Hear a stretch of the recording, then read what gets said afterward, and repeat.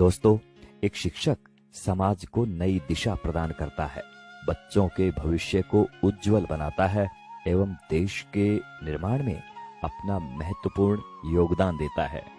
अभिभावकों के नाम कुछ बातें हैं जिन्हें मैं आपको सुना रहा हूँ।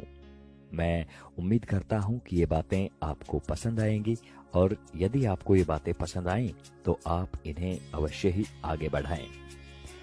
आपके एक या दो बच्चे हैं और कभी कभार आप उनकी शरारतों पर झल्लाकर उन पर हाथ उठा देते हैं, तो जरा सोचिएगा कि एक शिक्षक इतने सारे बच्चों को कैसे संभालता है। आप खुद टीवी या मोबाइल में व्यस्त हैं, आपका बच्चा आपके पास आता है, आप उस अधखिले फूल को झिड़क देते हैं, जाओ भागो पढ़ाई करो। जरा मन को शांत करके विचारिएगा कि एक शिक्षक किस तरह अलग अलग बुद्धि वाले और अलग अलग अभिरुचि वाले बच्चों को 45 मिनट तक एक सूत्र में बांध के रखता है अपनी कक्षा में।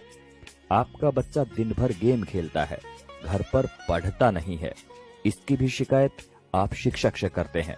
क्या करें, हमारा मुन्ना तो हमारी बात ही नहीं सुनता, जरा डराइए इसे। अरे भाई, बच्चे को डराना है तो उसे किसी बाघ के सामने ले जाओ। आप गुरूर ब्रह्मा टाइप की बातें रटते हैं, पर कुछ पेरेंट्स भगवान तो छोड़िए, शिक्षक को इंसान तक नहीं मानते। वे ये मानने को तैयार ही नहीं कि एक शिक्षक का व्यक्तिगत जीवन भी होता है, उसकी भावनाएं होती हैं, उसकी सीमाएं होती हैं। अन्य विभागों के कर्मचारियों की तरह शिक्षक सिर्फ एक वेतनभोगी ही नहीं होता, इसमें सिर्फ सेवा का आदान प्रदान ही नहीं होता, बल्कि छात्र शिक्षक के बीच तमाम मानवीय मूल्यों का भी आदान प्रदान होता है।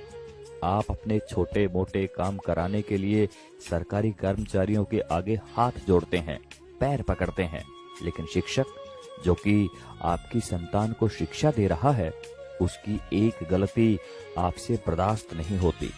आपका बच्चा, वो बच्चा जिसके लिए आपने मंदिरों और अस्पतालों के जाने कितने चक्कर काटे होंगे, अगर एक ही चीज 3 या 4 बार पूछ ले तो आपके शरीर का तापमान बढ़ जाता है। अब जरा सोचिए कि एक शिक्षक किस धैर्य के साथ बताता है कि 3 जमा 1 और 1 जमा 3 दोनों बराबर होते हैं, भले ही ये एक दूसरे के विपरीत नजर आते हैं।